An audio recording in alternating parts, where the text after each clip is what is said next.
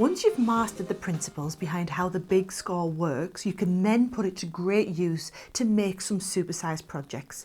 Like this one here that I'm going to teach you, which is a fantastic gift box which is perfectly designed to hold 2 bars of chocolate. Just standard bars of chocolate that you can buy in any sort of store, but I've made them really personal here. And it's using our double-sided Centura Pearl ivory card and our lovely printed decorative A3 cardstock as well, and just some regular organza ribbon. Now, to start off with, I'm going to start by making the inner box, which is this part in here, and I'm going to teach you a technique called double walling, so how to make this box super strong. What you're going to do is you're going to start with a sheet of cardstock, which is cut to 9 3/4 of an inch by 10 inches. And like I said, this is the Centura Pearl double-sided cardstock. I'm going to give you all of these measurements in inches. So we're going to use our big scoreboard. And because we're going to do our double wall box 3/4 of an inch high, you need to score at 3/4 of an inch for the first wall, and then at 1.5 inches for the secondary wall, okay? So let me show you that again. On all 4 sides, we're going at 3/4 of an inch, then at 1.5 inches. Now, because this is a double-sided Centura Pearl, I'm using quite a lot of force and pressure to press on here because I know I'm highly unlikely to tear through the cardstock because it is a 300 GSM base card with a double layer of coating on here. So once we've done that, we do what's called folding and burnishing the crease lines, okay? So that's when we use the side of the tool to really strongly rub over the sides of these pieces of cardstock.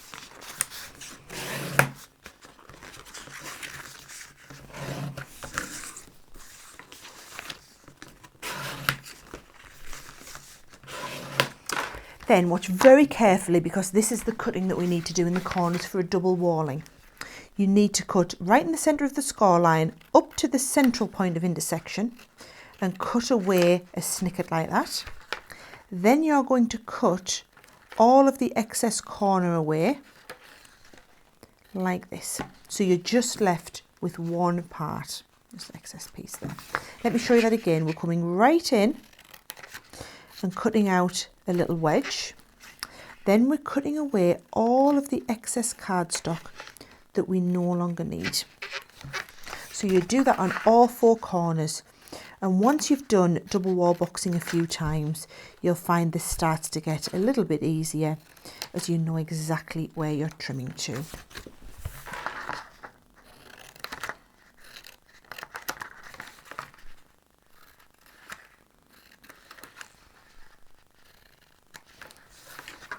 Now, let me show you how we stick the double wall together. First of all, we put adhesive on our 4 flaps.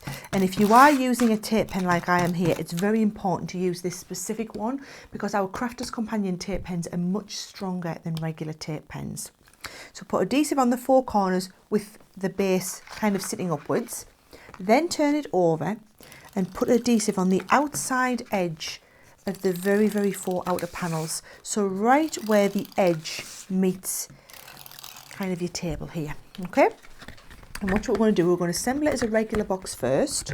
So these fold inside to give us the 4 corners.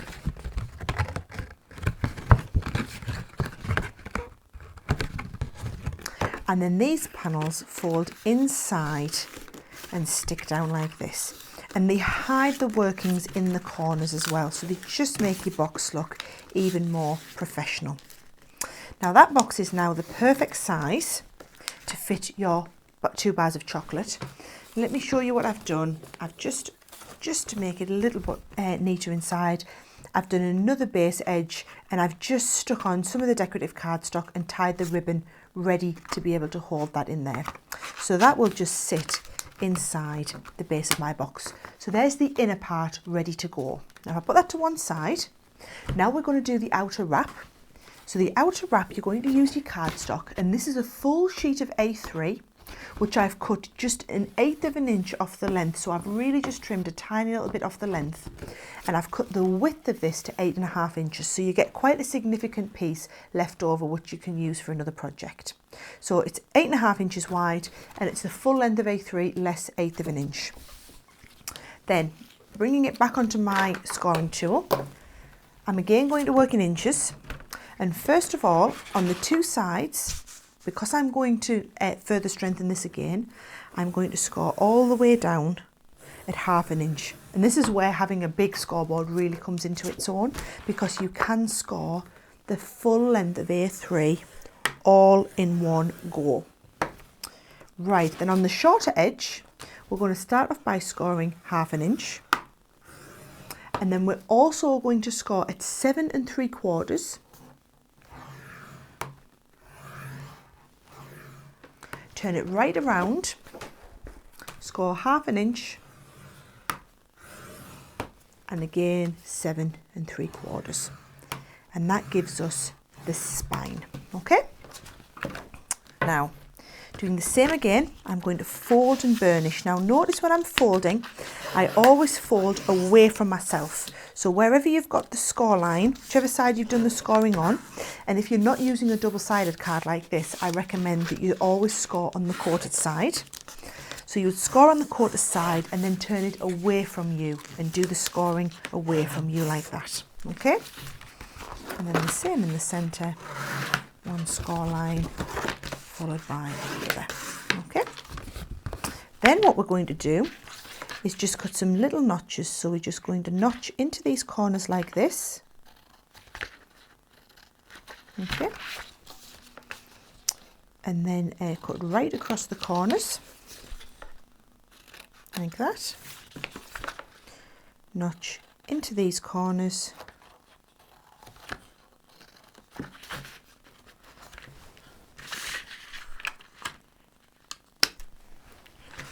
And then cut these corners away completely. And then in just the same way that we double walled the box, I'm going to go around the outside of my whole project here with plenty of double-sided tape, with the ultra strong double-sided tape, remember. And then just fold all of these in. And it just means that you're going to have on the outside of your project a folded edge instead of having a cut edge, and it just is that tiny little bit neater.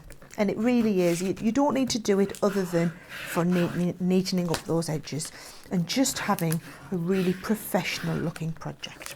Okay, so we've done that on all of the sides now, and what I've got is I've got just some neater pieces of cardstock. So this is the decorative cardstock that we've got. And I'm just going to stick these. First of all, this piece will go up the spine. So you can see I've just cut these slightly smaller than the piece that we're sticking it onto. You see there's only one way that these fit, so I need to make sure that I get that right. And if you're not using a tape pen, I would definitely recommend using a wet glue. In particular, the collal glues are perfect for these sorts of projects. So there's one side, and you can see it is just covering up these workings that I'm doing here now. And then we're doing the same on the other side. There we go. And then our inner box is just going to lie with the 2 bars of chocolate perfectly in there. I'm just going to stick tape again on here to hold that in place.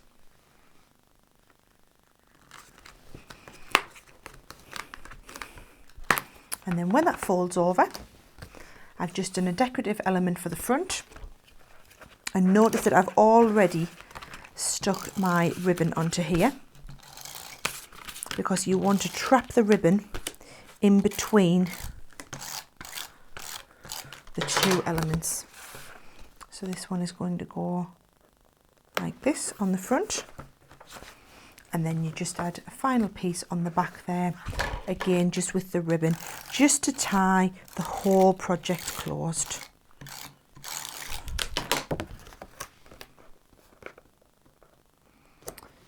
And then all that would be left to do is add your 2 bars of chocolate into there.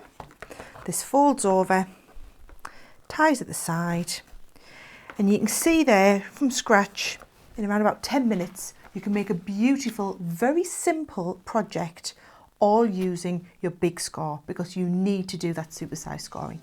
Have fun giving it a go.